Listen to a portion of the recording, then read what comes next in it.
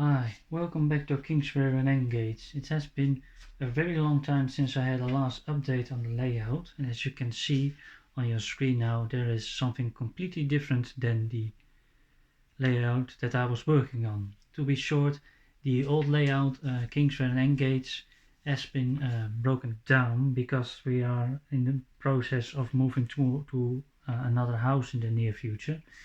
So there was no real, how would you say, spirit anymore to go on with the old layout, because you don't know if you're going to move house in like 3 months or a half year, maybe a year, but that we are going to move to another house, that is for certain.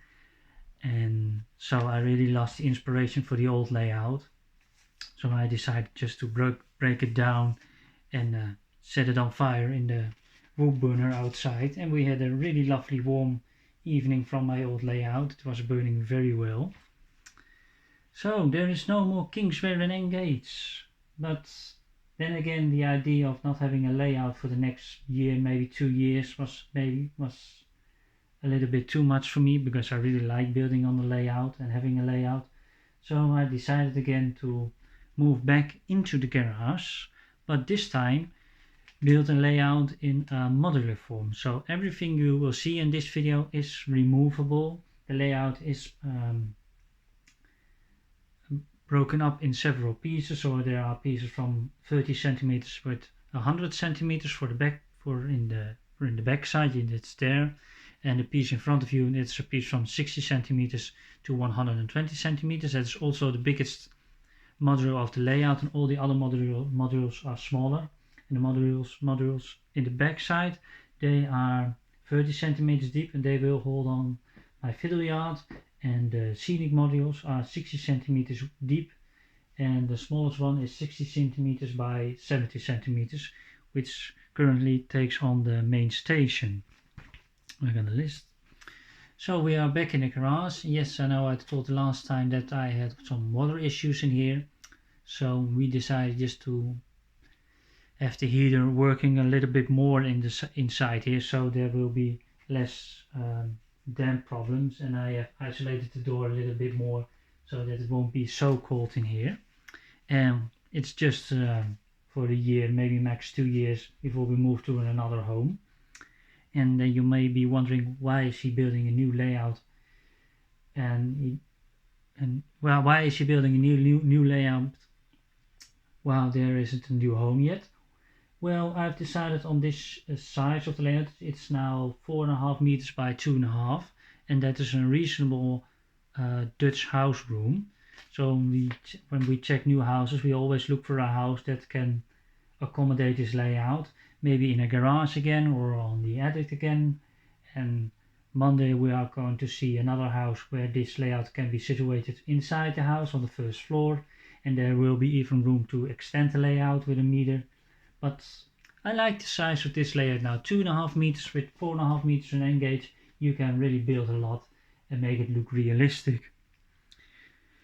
So let me move the camera a little bit back so you can see a little bit more. This is the new type of wood that I have chosen for my layout. I have decided to buy all the wood new. So I've burned up the entire old layout, so it's gone. Moved to the scrapyard. There's nothing left anymore.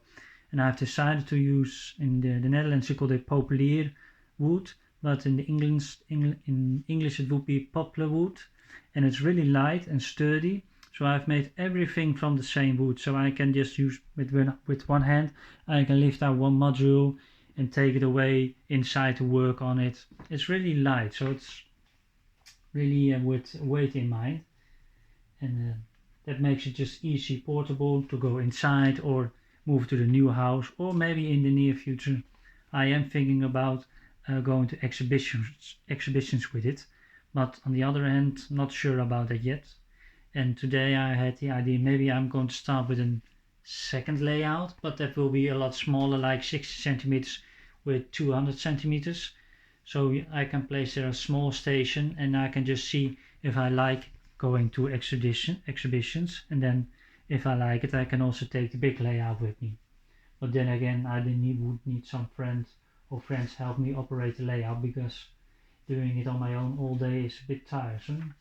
But on the other hand, we have the computer to help with that. So that are plans for the future and not really important now, but I'd just like to tell you.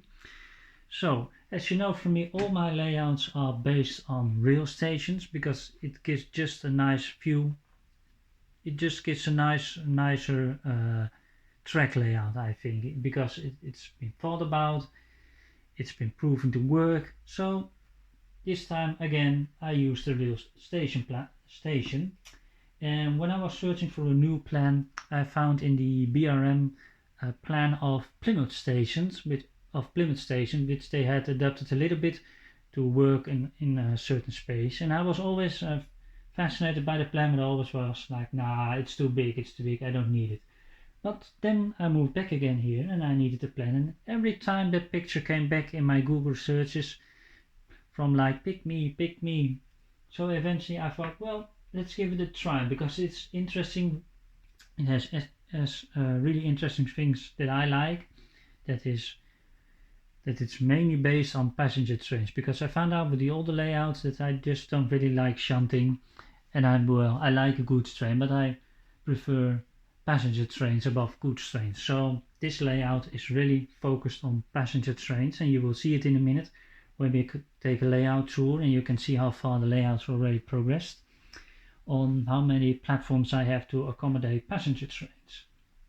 So the layout is based on Plymouth, but that's already the end of the similarity, because I like the station plan, the track plan, so I used it. I adapted a little bit to my own idea, added a few things of my own, and then you get your own creation, but still it's a logical track plan and it works really well, at least in my mind, because I can't run any trains yet because there's no power on the layout.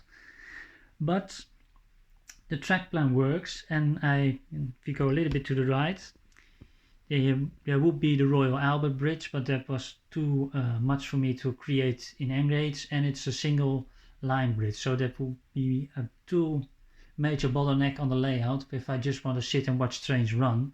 So I've opted for this bridge. This is one from Kibri, and I used to have a box here. It's Kibri 37669, and it's a really nice bridge. And the two bridges on the side, so that one and that one, are separate kits, and you can join them together, and then you get a really nice big bridge. And we can move a little bit closer. And then I asked another guy to print me two 3D printed legs, so I could extend the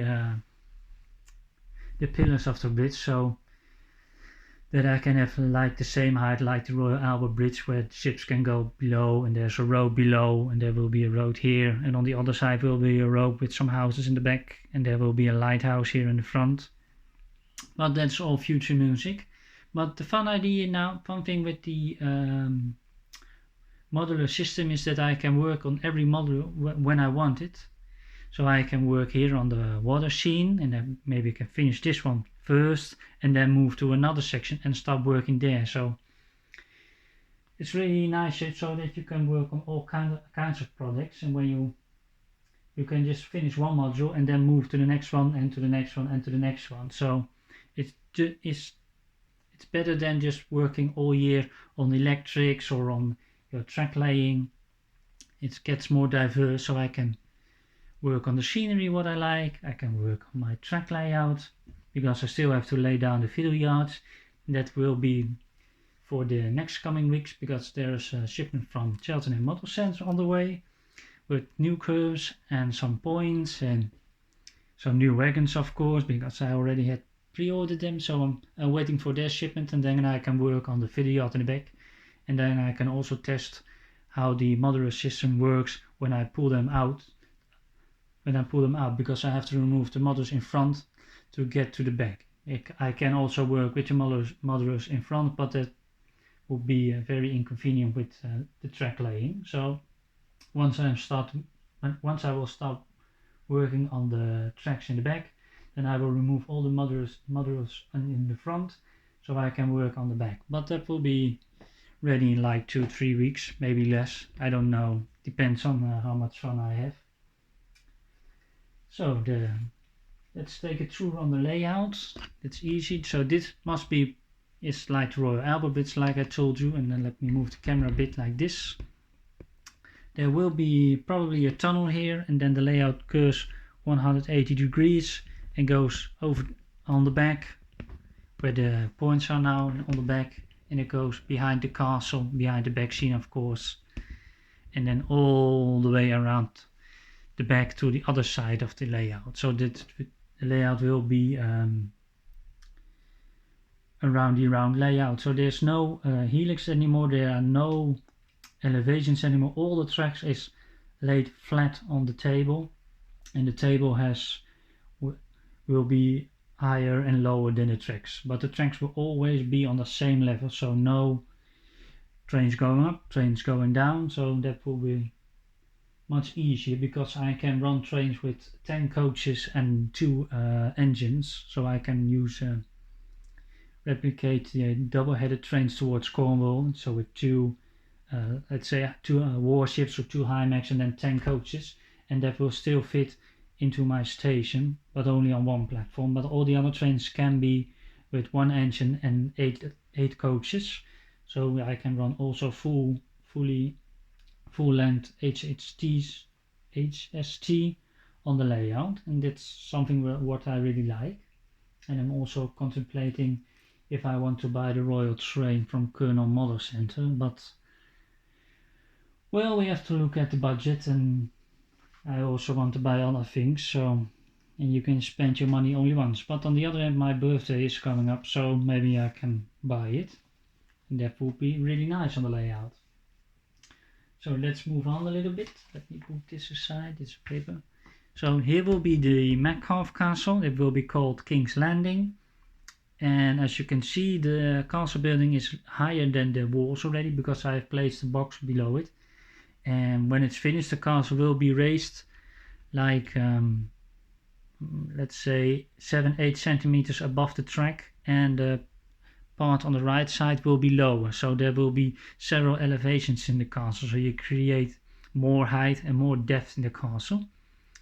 And I still need to adjust a few walls so the curtain is on the right side, because if you see on the left there is no wall, and there will be a wall when I'm done with it. But this is just a prototype, this is just how I want to have it on the layout, and I already got some materials to work on it so I can raise it and create it a bit more, create more height than it is now. And when it's done, there will be a bridge going over the tracks into here, and then there will be a road going like here or so towards the station, just to create an interesting scene and a break up in the scene. And it just, well, it creates height in the layout and interesting camos. So here in front we have the road coming down from the station towards the right, and it goes below the bridge and then it goes away, and there's another road down here, and there will be a beachfront in front of here, so there will be people on the beaches here. And then one here is probably drowning because he gets hit by the boat or something like that. And here on the right, sorry about that, I just dropped my camera almost. Here will be a lighthouse, and then there will be a road here and several houses in the back scene. And that's just a bit on how it will be here at the bridge scene. And I'm also thinking about adding a few lights below the bridge that shine onto the pillars, so it creates a nice view at dark. So let me move a little bit closer with the camera so you can see it. Let's move a little bit closer. Sorry about the shaking. So here will be the station float on one side. There will be 2 tracks for DMU or putting away a few coaches, just like in real life. And then the tracks turn to the left going into the station. There you can see where there will be 1, 2, 3, 4, 5, 6, 7 platforms, with this platform being the longest with about 155 centimeters, and all the other ones will be around 130 centimeters, so that will be enough for an 8 coaches train, or even longer on the longest platform. And then we move to one of my pride and joys on the layout. Let me move the camera a bit closer for you, and going down. This is a 3D printed station which is in the Netherlands and it calls Valkenburg aan de Geul, and it's a Dutch station that has been built in British style. So I decided to buy this one. I still need to paint it and add some roof tiling, and I will probably be using some stuff from Metcalfe to do that, or Reducheck's 3D printed roofs. So there will be another roof on it and I will color it, and there will be lights inside, and that will be situated here. And then the idea is to get an overall roof going like this, and then another roof like here, and then extend it with normal platform canopies, and the back platform will also have a canopy, but not with a big roof on top, so only here and here. And you can see I have used different types track here. So the idea was this was first is 3 tracks, and then the station got extended and they used new type of concrete sleepers, and they added 2 extra platforms, and it gives a nice more history to the layout. And I have used special sleepers which you can use to solder the tracks on, and it will stay more secure to the side of the modules. And this is a bag, and you can buy them at DM Toys in Germany, and they are from Spoor en Vliegtuigbaan, and they make prints, and then you remove a few sleepers from your tracks, and then you place them under them, nail them to the layout or glue them, and then you solder the tracks on them, and then it's really sturdy and the tracks won't go anywhere. The only thing that I still have to do is paint these sleepers here so they match with the concrete sleepers, but that's over in the future, and for now I'm already pretty happy with the result. The only thing I now have to do with the modules is add a few how do you say, joiners to the layout, so when the alignment tools. So I still have to install these. I saw them at the Fat Model Railway guy, and I've ordered them from England just before the company stopped shipping. They selling these, so I still need to add them to the layout, but there's no hurry with them. But that's just one last thing I need to do with the modules. So then we move to the left a little bit more. See, it's all platform, and then we come to this side of the layout, and this is where my grand fabric will be again, just like on the old layout. So we got 7 tracks going below this road bridge, and the road will go down here, and it will go down towards the station and stay upright here, and there will be a few buildings here. Let me move a little bit back. And there will be a city park here, and there will be buildings here, so the road will go down, and shops and any more. So the road will go over the bridge, and there will be a factory situated again on 2 levels, so there will be a goods platform at the track side, and there will be a goods yard between the 2 buildings raised on the same height as the platform, and there will be an addition, there will be an additional factory on the left, which will be raised higher to the same height as the road, so you get more elevation in your layout and creating height and depth without raising or lowering the tracks. So we move a little bit to the left here. You can see it from the other side. Oh, sorry about that. So you can see a little bit how the factory complex will be. Let me grab this. So this will be a wall, and this will all be at the same height as the factory, and there will be a road going to the left all the way towards the end of the layout. And I can show you a little bit from here. I really like this view. This is where all the lines come together before they're entering the station. So you got, this is a siding, and this is one of the mainline tracks, and this is another mainline track. So you got 2 mainline tracks, this one and this one going into the station, and you can reach all the tracks from this side of the station, and you can reach all the tracks from the other side of the station. So when you come in, you can choose all the platforms you want, and then you can go out again and continue your journey. And from the other side, it's exactly the same. So it's a lot of versatility on the track plan. So, and this is also not in real life, but most of the track plans here, it's just like in real life. But then again, rule number one, you have to make it how you want it, and it's your fucking layout, so you can do whatever you want. So here you can see another joint between the modules. This is one of the, oh no, this is one with 60 centimeters, 80 centimeters long. So that's very good size to lift out. It's easy to do on your own. You don't need any help. It's better to have help, but you don't need it. So let's move the camera a little bit. This is the latest addition to the layout. This is my engine shed, because, well, everybody likes engines. Let me grab this. So I've added again my old turntable, and it's a little bit broken, sadly, because I hit it when I was breaking off the old layout, so I have to glue that back again. But the idea is a little bit that it's a little bit run down. I saw something in the railway modeler from a long time ago, and there was a turntable also, and it was just squeezed into the landscape.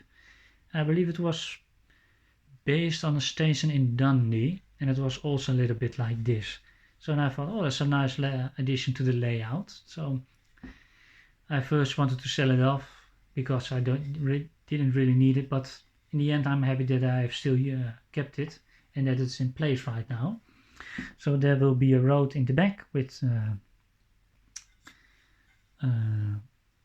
how do you say those, with a few Metcalf houses again, but only with the half printed ones. So there will be a street and then a back seam with the half printed houses in front, and there will probably be 1, 2 or 4, maybe 4 additional tracks at the turntable where I can park an engine, or maybe a local heritage line that operates from here.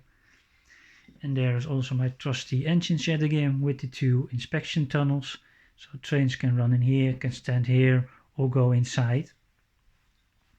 And there's another fuel point here and another fuel point there. So, but when there's a steamer, it can run into the station all the way to the end and then run up to the turntable, turn around, go out, and then go to its train again.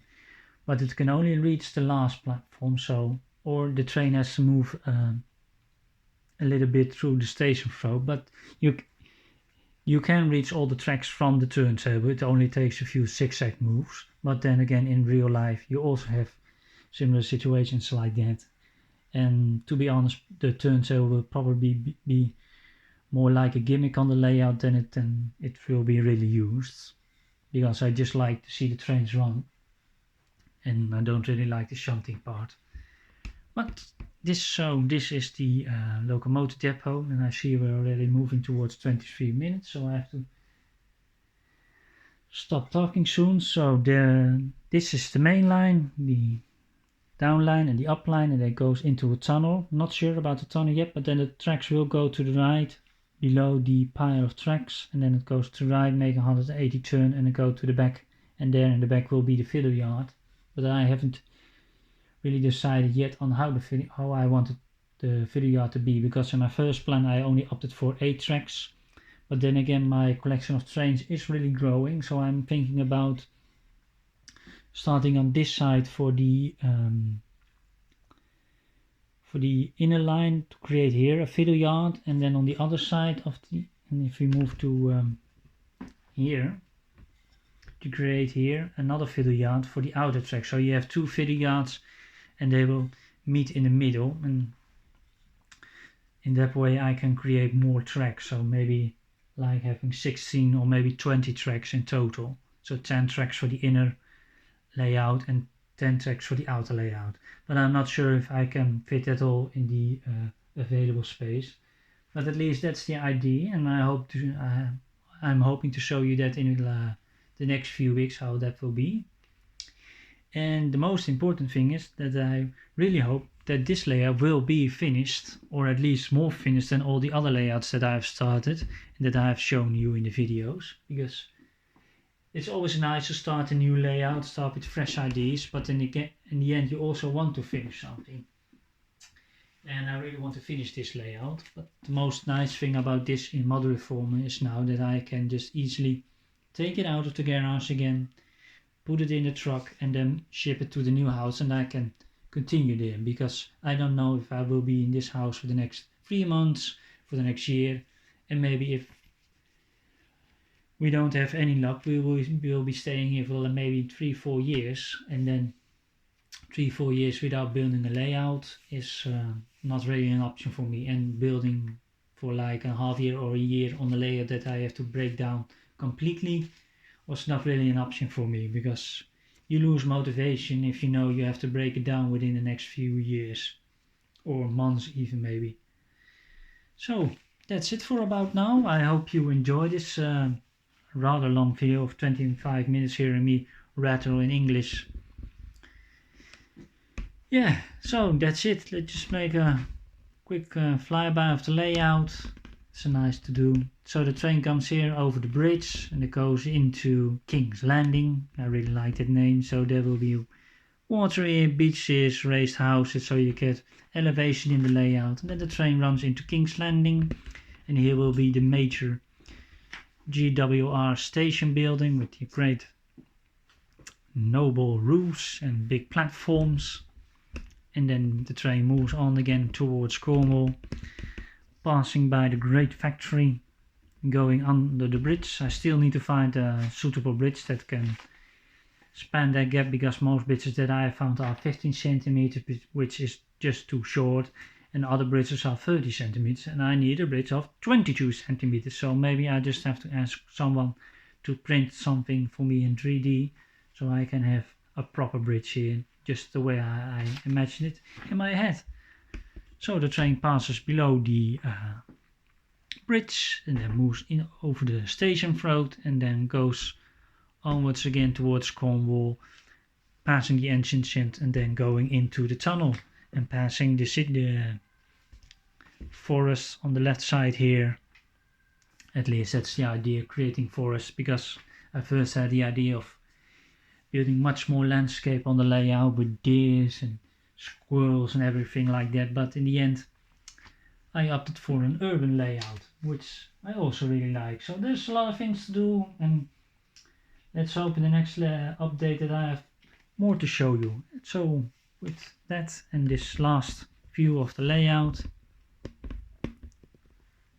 I bid you farewell. Well, that sounds a little bit resolute. Let's just say bye and see you next time, and thank you for watching again. Bye bye.